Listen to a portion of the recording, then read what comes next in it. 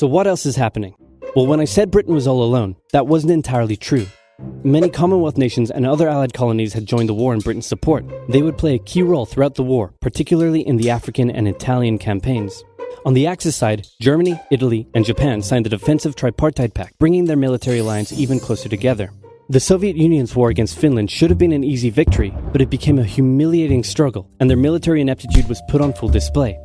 In the end, they did force the Finns to sue for peace. Then, they continued their honorable campaign of pushing around much smaller countries by annexing the Baltic states and part of northern Romania. France's colonies in equatorial Africa were like, heck no, we aren't going to join the Germans, and they all pledged their allegiance to free France, except for Gabon, which had to be taken by military force. The Allies also tried to capture the strategic port of Dakar, but that ended in failure. Mussolini had seen Hitler's successes, and he thought now it was Italy's time to shine, so he tried to take British Somaliland, and that went pretty well. Then he tried to take Egypt, and that went less well. Then he tried to take Greece, and that went really badly. Churchill began referring to Italy as Europe's soft underbelly. He began favoring a military campaign from the south and started sending British troops to Greece. All of this had Hitler pretty concerned, and he moved to protect his southern flank. He had been getting friendly with Hungary and twisted their arm into signing the Tripartite Pact and joining the Axis powers. Romania was also eager to join for protection against the Soviet Union. The Tripartite Pact was designed to prevent any other countries from deciding to join the Allies, specifically Britain's old ally, the pesky United States of America. When war first broke out, American public opinion was strongly against joining in. In 1940, there was an election. The Republican candidate said, "I will not send any young Americans to die in Europe," and sitting President Franklin D. Roosevelt said, "I will also not send any young Americans to die in Europe. Unless I have to, then I might." And Roosevelt won. Churchill asked him to join the war, but Roosevelt said, "No can do, Winston, but you know what? Here, have some weapons." America began supplying the Allies with food and munitions, but there was one problem.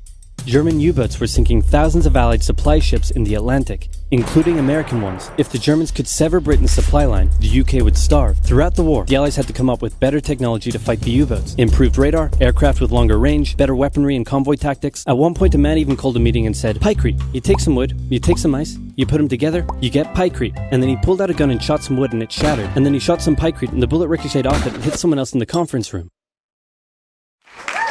Then they tried to make a pykrete aircraft carrier, but that idea was scrapped because that's a really dumb idea. In the end, Alan Turing and his team of codebreakers cracked Germany's Enigma code, and the U-boats gradually became less and less of a threat. Back in Africa, Britain decided to push Italy out of Egypt. Hey, that was pretty easy, so they kept going. Hitler realized he was going to have to finally step in and do something. He went to Bulgaria and Yugoslavia and said, "Hey, I'm going to move troops through you to get to Greece, so either join us or, be invaded." Bulgaria opted to join them. Yugoslavia opted to be invaded. Then Greece finally fell to the joint German-Italian invasion. The British had moved troops from North Africa to fight in Greece, which helped Rommel and his tank divisions push the British back to Egypt, and they could have kept going, but a small, mostly Australian force held out under siege for 8 months in Tobruk, denying the Germans a strategic port city and disrupting their supply line. Despite having some success in the Middle East, the British didn't seem like any real threat for now. Hey, Soviet Union, look out! With 3 million troops, Hitler launched the largest ground invasion in history, and Stalin was far from ready. Both Churchill and Roosevelt had warned him of an impending attack, but he dug his head in the sand and the Soviets didn't stand a chance. Germany made staggering progress, with huge encircling movements capturing mind-boggling numbers of Russian troops. 250,000 at Bialystok, Minsk, 300,000 at Smolensk, nearly 700,000 at Kiev, and again at Vyazma and Bryansk. Leningrad was put under a siege that would last an insufferable 4 years. The invasion of Russia had been Hitler's main ideological goal from the beginning, and his hatred for the ethnic peoples there was now unleashed in all its fury. The Eastern Front of the Second World War was brutal for all that endured it. The Germans were now inside of Moscow, and that's it. It's all over. But then it happened. It got cold. Stupid cold. Hitler had hoped the Soviets would give up before winter, but they kept fighting. His commanders came to him and said, "Can we please dig in for the winter and wait until spring?" "No, keep going." "But oil is literally freezing inside our vehicles." "That's fine, keep going." "We're having to leave the corpses of our frozen horses by the side of the road so we can still find our way in the snowdrift." "Perfectly normal, keep going." Hitler hadn't given his millions of men winter clothing and supplies because he thought he really should have won by now. Then, Stalin called in troops from the Siberian front, specially trained to fight in the extreme cold, and the Germans were no match. They were now being pushed back. They had no choice but to dig in and wait for winter to end. Germany's victories were staggering, and Japan was eager not to miss the victory bus. Their war in China had come to a standstill, but they wanted to keep expanding their sphere of influence and getting those sweet, sweet raw materials. They began making plans to expand southward, but there was a problem. Southeast Asia was heavily colonized by America and Great Britain. It was also full of ocean. Ocean meant naval combat, and there was no way the Japanese Navy could stand up to the US and the UK. So they thought, wouldn't it be nice if we could destroy their navies before we begin our conquest? And so it was. On December 7, 1941, the Japanese launched a surprise air raid on the US Pacific Fleet at Pearl Harbor and inflicted a huge amount of damage. They also attacked British colonies in Southeast Asia. Roosevelt had no choice but to declare war on Japan, and so did Churchill. Hitler then declared war on America, even though he totally didn't have to. The attack on Pearl Harbor seemed like a big Japanese victory, but they didn't attack any of the naval repair yards, fuel storage tanks, or the submarine base, meaning the Pacific Fleet would be up and running again pretty soon. In the meantime, though, the Japanese were able to begin their conquest. They took Guam, the Gilbert Islands, Wake Island, Hong Kong, and the Philippines. They forced Thailand to join them so they could march their troops through to Malaya. They swept through Singapore, North Borneo, the East Indies, New Guinea, the Solomons, and they were now threatening northern Australia and the borders of India. Japan's victory had been as staggering as the Germans, and it reinforced the Japanese idea that this was a divine war which they were destined to win. But their victories had been based on speed, not power, and power would eventually catch up with them. For now, though, in all occupied nations, the people suffered. Persecution, forced labor, harsh punishments for any who spoke out against their occupiers. In Europe, the Nazis were rounding up ethnic minorities and other unwanted groups and individuals. In particular, millions of Jewish people would suffer through the terrible events of the Holocaust. Brave resistance movements rose up in defiance of their invaders, while the people held out for hope. And hope was coming. Winter was over, and Hitler could continue his push eastward. But this time, he switched up his strategy. He wanted to focus on the south. His plan was to cut off the Russian armies in the Caucasus, an area full of oil, and then invade the Caucasus and take all the oil. His forces moved across the north with ease, and Hitler got cocky. He rerouted the 4th Panzer Army south early, leaving the 6th Army to complete the encircling movement alone. To do so, the 6th Army had to reach and take the key Soviet city of Stalingrad. The Russians defended it fiercely, and Stalingrad saw some of the harshest fighting of the entire war. The Soviets held up the German advance for 5 months as they battled in the war-torn city, which bought them valuable time. When the Germans had first launched their invasion a year earlier, the Soviets had moved their factories to the east. Those factories had been building a butt-ton of tanks and aircraft and getting the Soviet army up to scratch. Now, it was ready. Stalin gathered his new and improved forces around the city, and in an attack that resembled Hitler's own encirclement tactics, they began surrounding the 6th Army.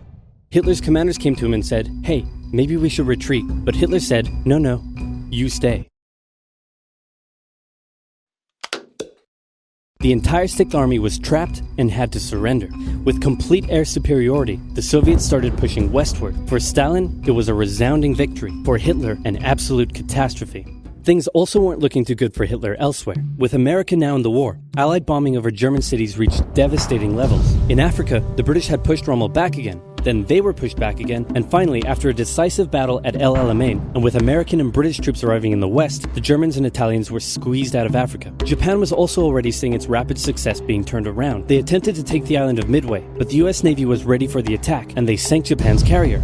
Actually, they sank a lot of them. It was a battle from which the Japanese Navy would never recover. British, Indian, and Chinese troops held the line in the harsh jungle terrain of Burma, and the Japanese suffered losses in the Solomon Islands and New Guinea. They began to realize they were not invincible. With the Axis out of Africa, the Allies had to decide their next move. Churchill still wanted to attack from the south, while the Americans preferred a full sea invasion in northern France. "All right," said the Americans, "we'll do it your way." Allied forces successfully landed in Sicily and began moving north. They also carried out bombing raids over Rome. The thing was, many of the people in Sicily had relatives living in America, and they greeted the American troops quite warmly. With the war reaching home territory, most Italians just weren't that into it, and Mussolini was suddenly very unpopular. He was voted out by his own fascist Grand Council and was toppled from power. Italy immediately began negotiations for surrender. Hitler wasn't surprised and had already sent reinforcements southward. In an operation he ironically called Operation Axis, German troops quickly disarmed Italian troops in the north. The Allies continued fighting the Germans up through Italy, but then winter set in, meaning mud, and everything slowed to a halt.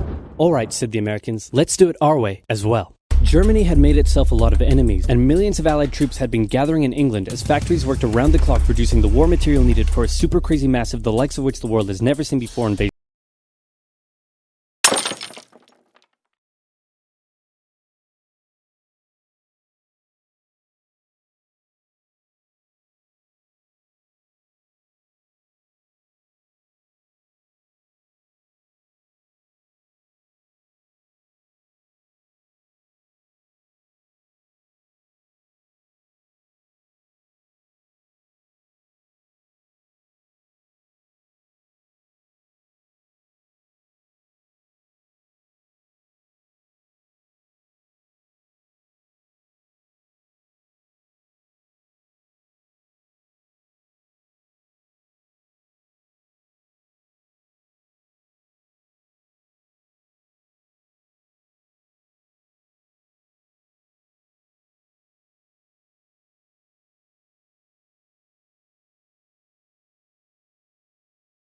of Europe. The Germans knew an Allied invasion would come, but they didn't know where it would land. Thanks to Allied deception tactics, they thought there was a pretty good chance it would come at Calais, but the Allies were really going to land in Normandy because it was less fortified and the beaches were nicer. Under the careful planning of General Dwight D. Eisenhower, the invasion that had been long in the making was just about ready to go. Just one thing was preventing the launch: the British weather. For a short while, everyone sat around waiting for a decent day, and then it came. On the night of June 5th, over 1,000 bombers took off and raided coastline defenses, while paratroopers were dropped inland in a bit of a chaotic operation, tasked with sabotaging defenses and capturing key bridges to stop any German reinforcements from reaching the beaches. Early the next morning, the barrage came, as Allied ships fired a huge number of shells at the German fortifications, and then the landings. The Americans at Utah and Omaha, the British at Golden Sword, and the Canadians at Juneau. It was a tremendous struggle with a great loss of life, particularly at Omaha, but the Allied troops captured the beaches and the landings were a success. Then they began their movements inland. They took the port of Cherbourg and the city of Caen. The Americans moved south to capture Brittany. Then, in a massive disaster for the Germans, British and Canadian troops from the north and Americans from the south trapped the German 7th Army in a near wipeout encircling movement. In August, Allied troops landed in the south of France to little resistance. On one beach, all they found was a Frenchman handing out champagne.